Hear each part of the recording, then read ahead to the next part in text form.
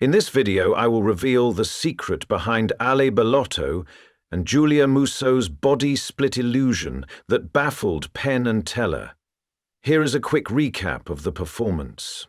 The female magician starts off the performance by introducing a bottle with water inside. Upon jerking the bottle, it suddenly turns into a red liquid, which the male magician drinks to heal his handicapped body. Once he gets inside the wooden cage-like structure and the curtain is closed, his body suddenly splits apart so that his upper body is no longer connected to his lower body. After reuniting his upper and lower body, he reveals that he can walk again and is no longer handicapped.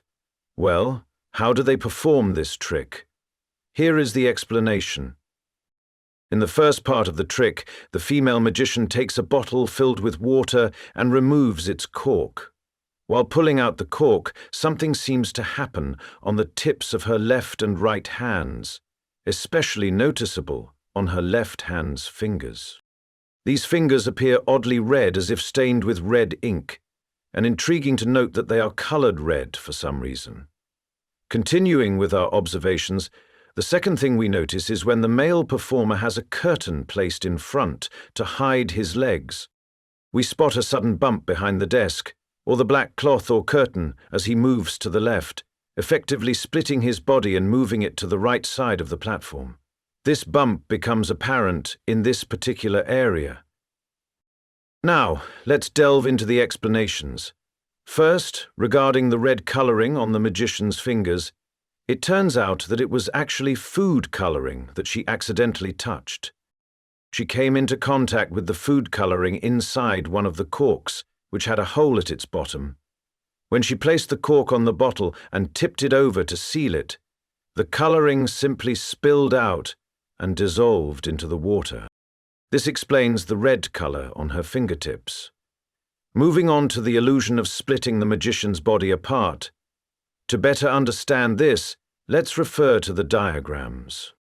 In the initial diagram, we see the magician on the platform with his legs clearly visible. As the side door and the front black curtain are closed, the illusion starts. The mechanism operates quite quickly, so I'm describing these minor details to provide a comprehensive explanation. He positions himself within the top of the platform, and his legs are concealed by the black curtain. With the gears in motion, his body begins to shift towards the right side. But just before this movement, in a close-up view, we notice something peculiar about the wooden structure.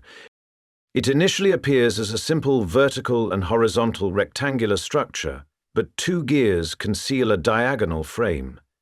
This diagonal frame is crucial for creating the illusion of his body splitting apart when he slides to the right. His legs are folded up during this process, and this is why we see the diagonal metal frame. It secures the base of his thighs, allowing his legs to be tucked in one in front of the other. Taking a closer look at the side view, you can observe how his legs are positioned, one in front of the other. This clarifies the limited space available. The rest of the trick involves mechanical controls, and from another perspective, we can clearly see this diagonal surface at the back of the platform, further enhancing our understanding of the illusion. Behind this mask, only the truth remains till we meet again.